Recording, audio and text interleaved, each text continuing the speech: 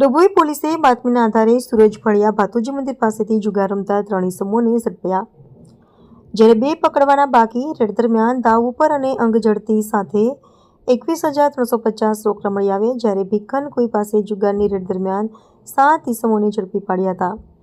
દાવ ઉપર અને 12,350 રૂપિયાના મુદ્દામાલ કર્યો જપ્ત. 2 અલગ અલગ જુગારની રેડ દરમિયાન કુલ 10 ઇસમોને ઝડપી પાડી જુગાર ધારા મુજબ કાર્યવાહી કરી અને 2 ભાગી ગયેલા પકડવાના બાકી હોય તેઓની સામે પણ કાર્યવાહી હાથ ધરવામાં આવી છે.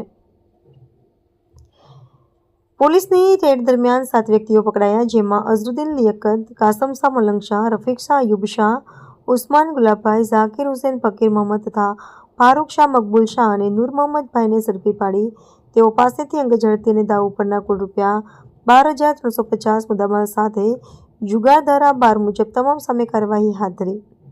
જેલ ભાગા કરતા જુગારીઓમાં ફફડાટ વ્યાપી જવા પામ્યો હતો. રિપોર્ટર ફઝાલ રઝાક ખત્રી, ડભોઈ.